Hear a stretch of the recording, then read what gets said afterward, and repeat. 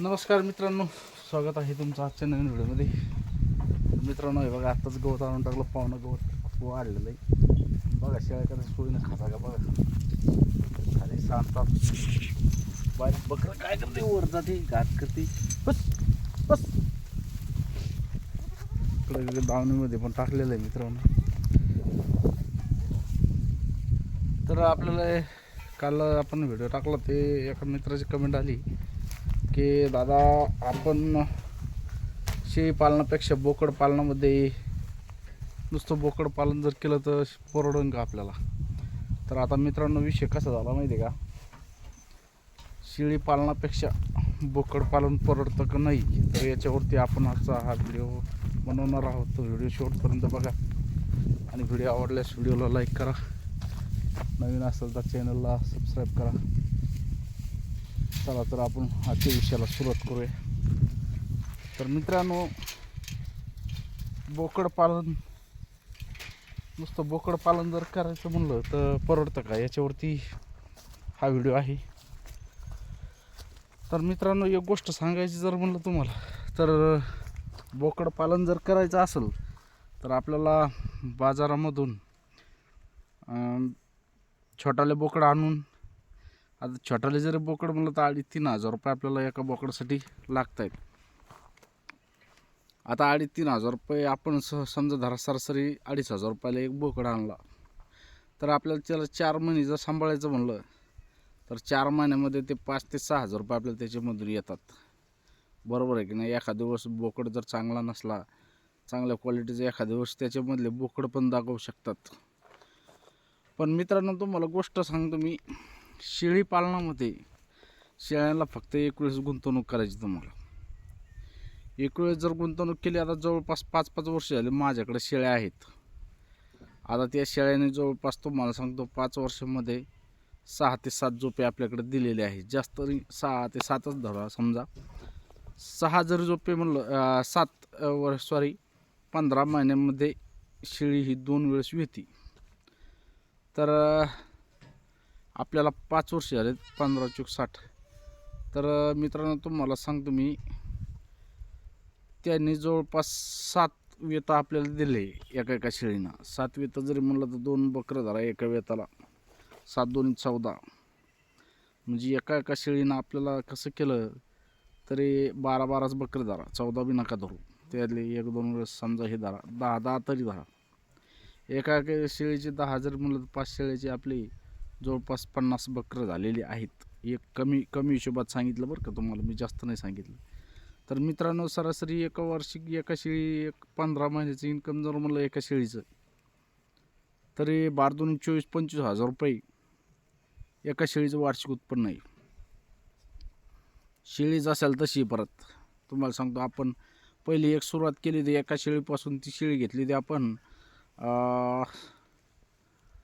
15,500 रुपयामध्ये. तिच्या खाली पाठबोकड होता, तिचं बोकड विकला बघा आपण 5,500 रुपयामध्ये. तो पण कसा विकला तुम्हाला सांगतो. तो बोकडला त्याच्याच आईना, शेळीना, त्याचं जे अवघड जागा असते तिथं त्या ठिकाणी मारल्यामुळं तो बोकड आपल्याला नाविलाजानं मरण्याच्या मागं होता. त्याच्यामुळं आपल्याला तो कमी किमतीत विकायला लागला. त्याच्यानंतर तिची पाट आहे आपल्याकडं, ती शेळी विकली आपण 6,000 रुपयामध्ये. परत तुम्हाला सांगतो 5 आणि 6, 6 आणि 5 11,000 रुपये ती झाली दोईची. त्याच्यानंतर तिची पाट ठेवली आपण. ती शेळी 2 वेळेस जळली बरं का आपल्याकडं. ती शेळी 2 वेळेस वेली. तिची दुसऱ्या वेळेस तिनं 2 बोकड दिले. ते बोकड पण आपण 6,000, 7,000 रुपयाला विकली होती. मोठाली बोकड होती. त्याच्यानंतर मित्रांनो, तिची पाट आपण ठेवली. जी पाट होती का पाट बोकड, सुरुवातीला ती पाट ठेवली. ती पाट आपल्या जवळपास आपल्याकडे 6 ते 7 वेळेस वेली. आता 6 वेळेस वेली ती, म्हणजे जळली आमच्या भाषेमध्ये म्हणतात. 6 वेळेस, 6-7 वेळेस आता माझ्या लक्षात नाही. पण तिनं इतकं उत्पन्न दिलं आहे. आता हा मोठा जो बोकड आहे, समजा तुम्हाला दाखवलं मी, सोन्या नावाचा बोकड आहे, ते तिथं आतमध्ये आहे. तर तो बोकड आता सध्या पण म्हणलं तर 20,000 रुपये त्याचे आज कसे बी येतात. 20,000 समोर येतील, 20,000 रुपये धरा. मित्रांनो, सांगायचं तात्पर्य एकच, तुम्हाला जर एका शेळीपासून जर म्हणलं, एका शेळीची चेन कशी असते माहिती आहे का, तुम्ही एकच वेळेस शेळीमध्ये पैसे गुंतवणूक करायचं काम. शेळीमध्ये तुम्ही जर एका शेळीमध्ये 2 पिल्लावाली जर शेळी घेतली, तर 2 पिल्लावाली शेळी तुम्हाला 14,000 ते 15,000 रुपयापर्यंत भेटेल, चांगल्या क्वालिटीची. 15,000 रुपयामध्ये जरी भेटली तरी पण तुम्हाला तिचे जे पिल्लं आहेत ते तुम्हाला 6 महिन्यामध्ये, म्हणजे एक एक महिन्याचे बकरं जरी असले 6 महिन्यामध्ये जर तुम्ही विकायला काढले तर ते बकरं तुमचे 7-7 हजार रुपयामध्ये विकल्या जातात. 7-7, 8-8 हजार रुपये जशी सोय ठेवसान, जसं खुराक वगैरे सगळं चांगल्यापैकी जर ठेवलं तर तुम्हाला 7-7, 8-8 हजार रुपये ते देऊन जातात. म्हणजे तुमचं एका 6 महिन्यामध्ये तुमची शेळी नील होऊन जाते. शेळीचं तुमच्याकडं काही कर्ज राहत नाही. आलं का लक्षात? त्याच्यानंतर ती शेळी तुम्हाला परत 6 महिने, म्हणजे ज्यावेळेस ते बकरं 6 महिन्याची होते त्यावेळेस ती शेळी वेळेला येते, म्हणजे जाणार येते त्यावेळेस, म्हणजे 1-1.5-2 महिन्यामध्ये शेळी परत गाभण जाते. त्याच्यानंतर ही चेन सिस्टीम चालूच राहते मित्रांनो शेळीची. त्याच्यामुळं बोकड पालनापेक्षा शेळी पालन कसं परवडतं हे तुम्हाला तात्पर्य थोडं सांगितलं. कारण की बोकडामध्ये आपल्याला वारंवार बोकडं आणायची म्हटल्यानंतर आपल्याला वारंवार त्याच्यामध्ये गुंतवणूक करावं लागणार आहे. तुम्ही 1-2 बोकड पालन करू शकत नाही, तुम्हाला 10-20 बोकडं आणावं लागतील. 10 बोकड जरी आणले तर तुमचे 25,000 रुपये त्याच्यामध्ये गुंतवणूक चालली मित्रांनो. त्याच्यानंतर त्याच्यात जर मर जर झाली, एखादं मेलं तर ते पण नुकसान वेगळंच, ते आपल्या अंगावरती. पण शेळी पालनामध्ये एक वेळेस जर शेळी आणली तर ती 10 वर्ष जरी सांभाळली तुम्ही तरी बी ती शेळी तुम्हाला इन्कम देऊन जाणार. तुम्हाला परत त्या शेळीवरती गुंतवणूक करायची गरज नाही. फक्त एकच वेळेस तुम्हाला गुंतवणूक करणार 10, 12, 15 हजार रुपये जे गुंतवणूक सुरुवातीला करणार तेवढीच तुमची गुंतवणूक होणार.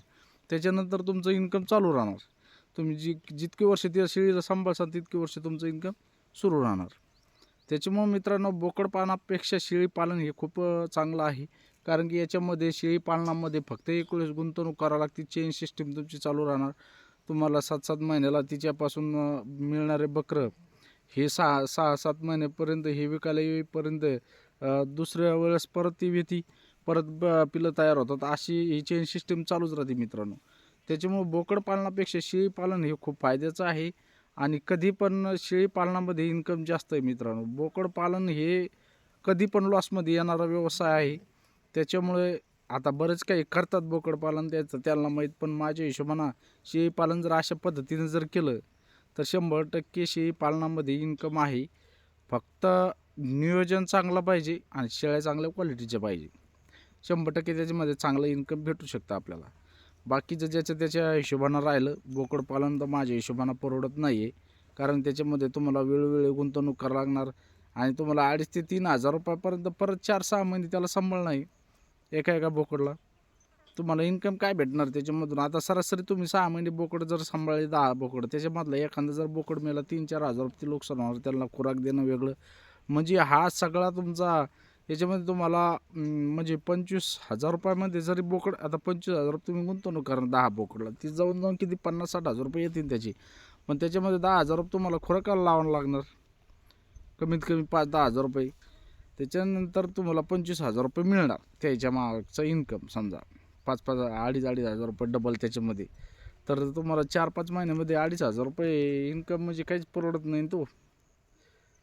त्याच्यामुळं मित्रांनो, शेळी पालन हे खूप फायद्याचं आहे आणि चांगल्या पद्धतीनं याच्यामधून इन्कम आपण घेऊ शकतो. तर अशा पद्धतीनं आजचा हा विषय होता. व्हिडिओ कसा वाटला कमेंटमध्ये नक्की सांगा. व्हिडिओ आवडल्यास व्हिडिओला लाईक करा. भेटूया असं नवीन व्हिडिओमध्ये. जय जवान, जय किसान, जय हिंद, जय महाराष्ट्र.